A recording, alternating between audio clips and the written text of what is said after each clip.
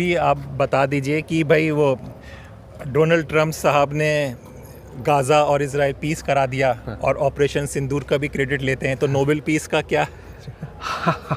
देखिए, Gaza piece plan पे पहले मैं बोलूँगा कि ऑन पेपर ये तो बड़ा सुंदर सुंदर शब्द दिखते हैं, लेकिन इंटरेस्टिंग पॉइंट ये है कि उस रीजन में जो वेस्ट एशिया या मिडिल ईस्ट कह लीजिए, उस रीजन में कौन है जो ये इंश्योर करेगा कि ये गाजा पीस प्लान सस्टेन करेगा?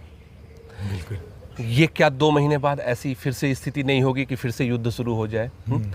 अभी ये गाजा पीस प्लान कितना सस्टेनेबल होगा, ये अभी सोचने वाली बात है। और ये बहुत जल्दबाजी में कहना होगा कि गाजा पीस प्लान आया अब सब कुछ ठीक हो गया, ऐसे ही अब्राहम अकॉर्ड आया था सब ठीक हो गया था, ऐसा कुछ होता नहीं है। अंतर्राष्ट्रीय राजनीति में देखिए, नेशनल इंटरेस्ट बहुत हावी होते हैं और नेशनल इंटरेस्ट बहुत ही डायनेमिक होते हैं, वो हमेशा बदलते रहते हैं।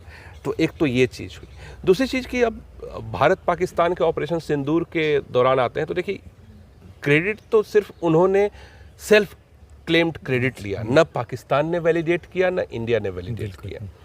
हाँ, आसिफ मुनीर बार बार जा कर के उनके दरबार में वैलिडेशन देते रहे हों, लेकिन उससे ये नहीं कहीं साबित हुआ कि ऑपरेशन सिंदूर में जो सीज़ फायर हुआ उसमें ट्रंप का कहीं कोई रोल था।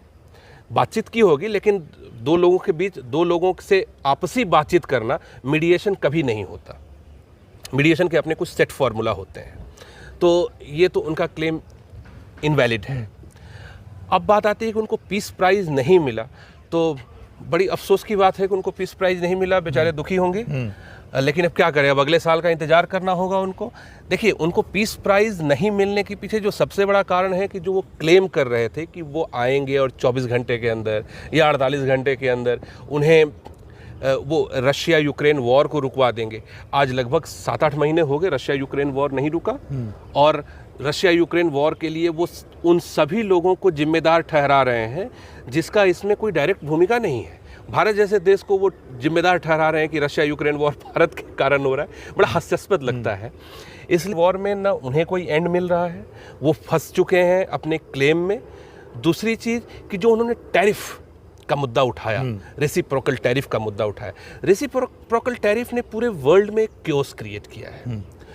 सभी उभरती हुई अर्थव्यवस्थाएं जो हैं वो अनिश्चितता के दौर में चली गई कि अब इसके बाद क्या हो। बिल्कुल, उसमें भारत भी है।